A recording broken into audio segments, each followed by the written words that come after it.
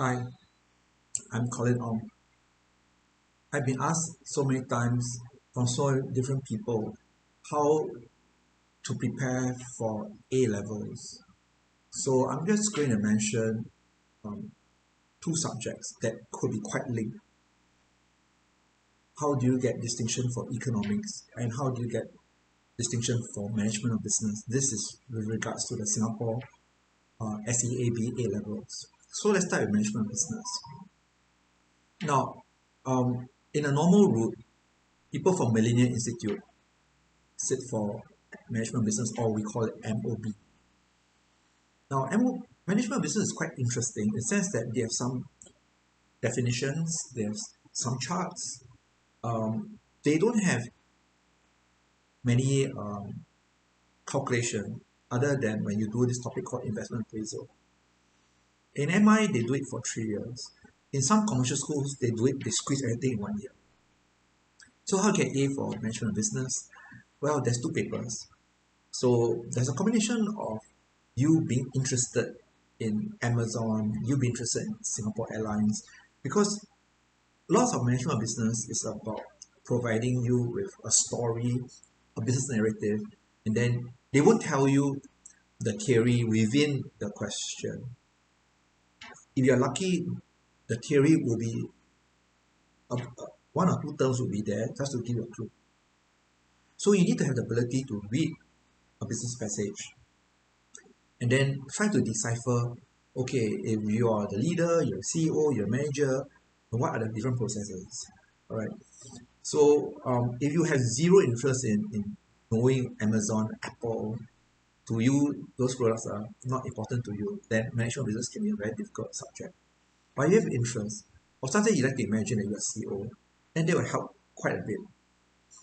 Unfortunately, there's this management business which we call paper 2, where they have a very, very long case study broken down into certain sections with a bit of data and a bit of POA.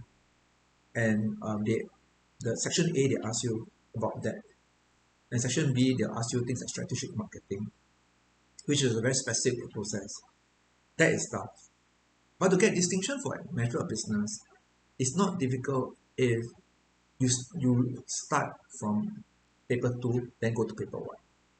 Again, if you need help in management of business, please ask me. I'm one of the longest running tutor in this subject, and my email is sgtutor@myyahoo.com.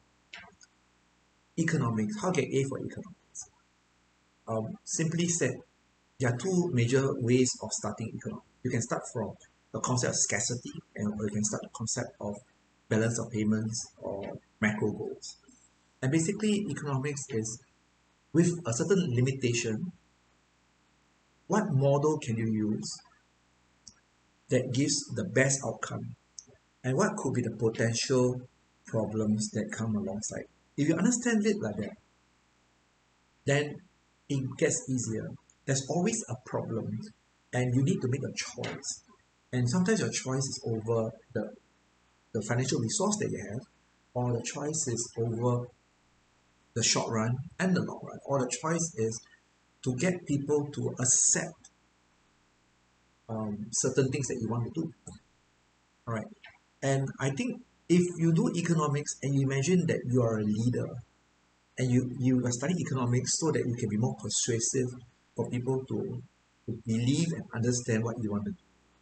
And then you start to realize why Singapore places a huge importance in potential leaders understanding economics. Because economics is the ability to be mature and to understand how to persuade people what to do.